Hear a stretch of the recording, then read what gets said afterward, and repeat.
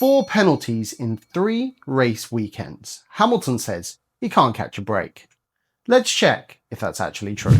Every opportunity that I give those stewards, every single time they give me a penalty. That's the quote that started all of this. And it's worth sitting with for a second because it's a strange thing for a driver to say out loud. On the surface, it sounds like a man being hounded by officials who've got it in for him. Listen to the wording again, though. Every opportunity that I give them. That's not really a complaint about the FIA. That's an admission, almost accidental, that he knows exactly where these penalties are coming from. He's just not phrasing it that way. Before we get into the 6 incidents themselves, it's worth knowing how these decisions actually get made, because it changes how you should read every single one of them.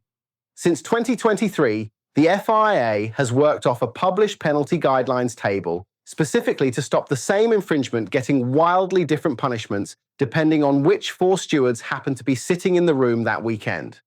Exceed the pit lane limit by less than 6 kilometers an hour, 5 seconds, every time, regardless of circuit or driver. It's designed to remove discretion, not add it. Which sounds fair in theory, but as you'll see with Monaco, a rigid scale is only ever as good as the data feeding into it. If the input's wrong, the scale just produces a wrong answer with total consistency. So rather than pick a side before we've looked at the evidence, let's go through it properly. 6 separate incidents this season, 6 different articles of the regulations, the steward's own written reasoning in every case, and Ferrari's response, where they had one worth mentioning. My own call on each as we go, and by the end we'll have an actual answer, not just a vibe. Same infringement, same margin. Twice in 1 year. Should the outcome always match? Hold on to that, because it's genuinely relevant twice on this list. Let's start in Monaco, because it got buried under everything that came after, and it's arguably the most important case here if you care about how these decisions actually get made. Hamilton was clocked at 60.1 kilometers an hour through a pit lane with a 60 kilometers per hour limit, a 10th over. Standard 5-second penalty, straight off that guideline table I just mentioned. On paper, about as routine as it gets. Except it wasn't just him, 3 drivers, then 4, then 5, all clipped by the same tiny margin in the same session. When that many cars trip the same line within fractions of a kilometer an hour of each other, that's not 5 separate driving errors happening independently. Statistically, that's what a measurement fault looks like, not a coincidence of bad judgment repeated 5 times over. And it was a measurement fault. Formula One management, who run the timing loops, hadn't recalibrated after a change to the barrier layout at pit entry. That change let cars take a marginally straighter line in, shaving 77 centimeters off the distance between the 2 timing beams used to calculate speed. Speed is just distance divided by time, so shorten the distance and keep the time the same, and the calculated speed goes up, even though nobody in any of those cars actually drove any differently. The track changed, the measurement system didn't. Ferrari double-stacked the penalty under a safety car, so it cost him almost nothing on track, and he still finished second. But the decision itself was wrong, not because the stewards misapplied their own scale, but because the number that scale was built on wasn't accurate to begin with.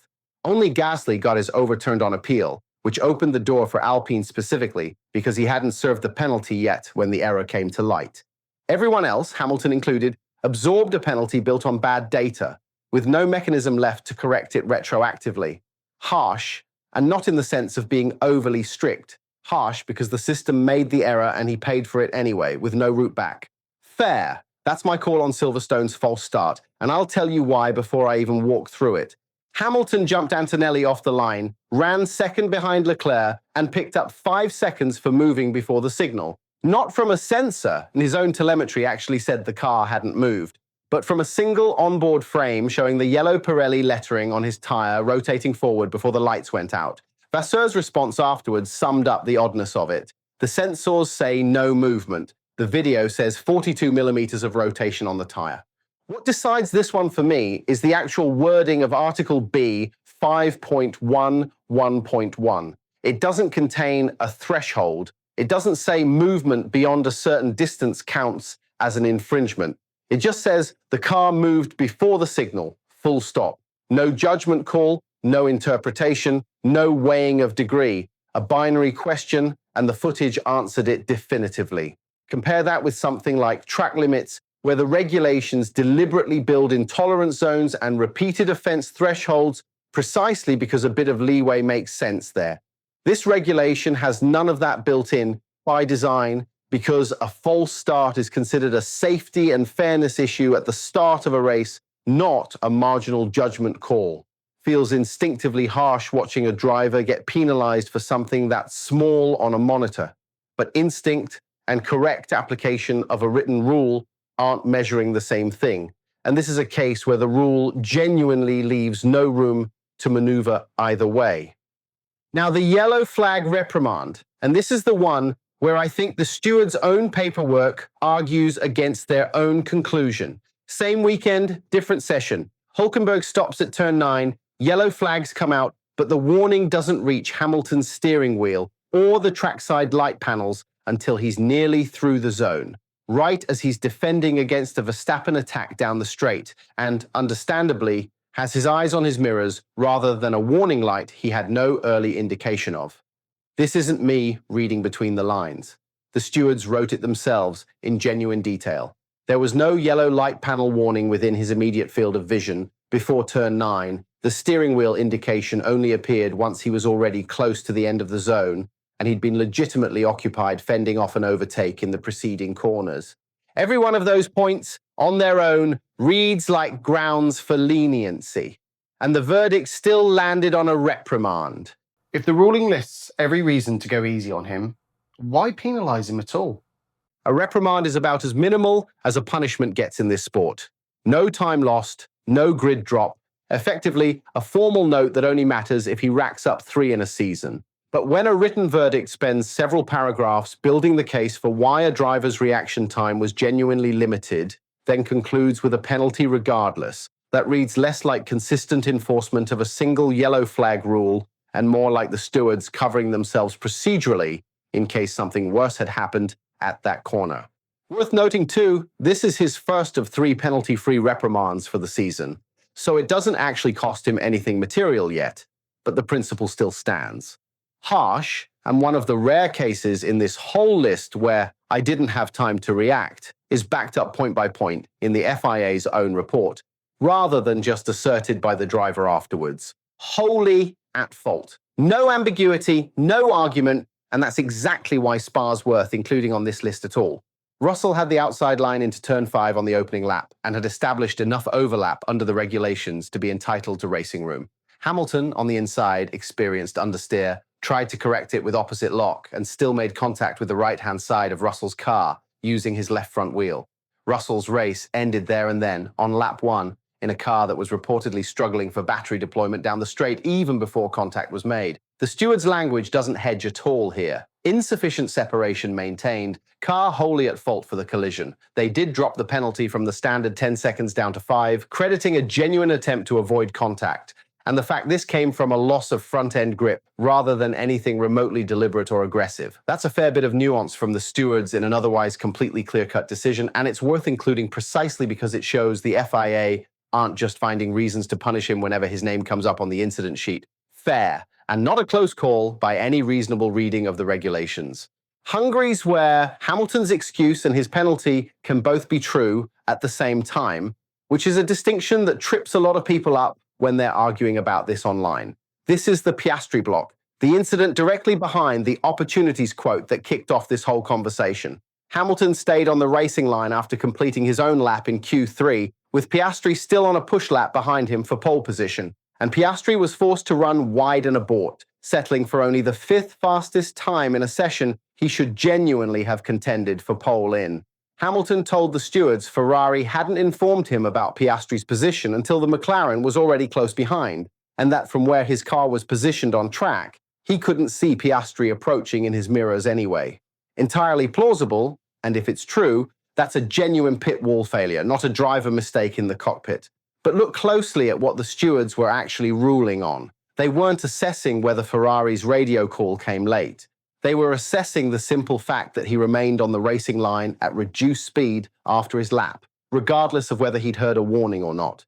And staying parked there is one of the first things every driver learns not to do in any junior category, precisely because a delayed radio call from the pit wall is always a live possibility, not a freak occurrence you can plead ignorance to. Ferrari may genuinely owe him an apology for how that call was handled. The FIA doesn't. Fair excuse included, because the excuse explains the mistake without excusing it under the regulation itself. And the second pit lane penalty answers the question I asked you right back at the start of this video. Same driver, same 0.1 kilometers an hour over the limit, same 5-second penalty as Monaco.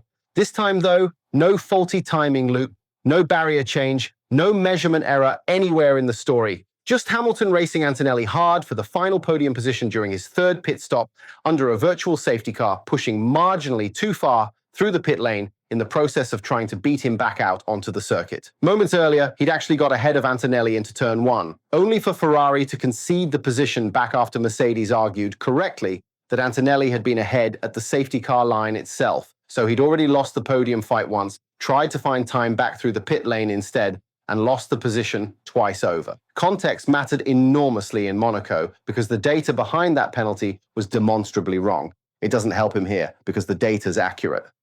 He simply pushed a fraction too far under genuine racing pressure. Fair, and honestly, a useful illustration that identical infringements, right down to the same 0.1 kilometer an hour margin, can land completely different verdicts depending entirely on whether the evidence behind them actually holds up to scrutiny. Add it all together now. Monaco's harsh because the FIA's own equipment failed, and he paid for a mistake that genuinely wasn't his, with no route back once Gasly's appeal window had passed.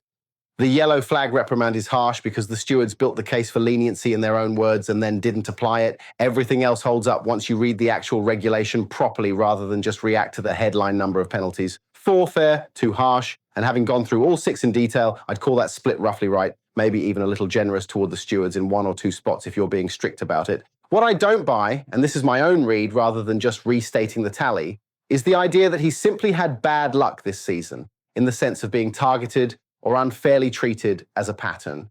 2 of 6 genuinely weren't his fault, and that deserves acknowledging properly rather than being waved away. But the other 4 are exactly what he said himself, almost without meaning to. The opportunities he's handed the stewards. A slightly late lift for a yellow flag he barely had time to register. Sitting too long on a racing line after his own lap was done. Misjudging one corner into a driver who'd already established position.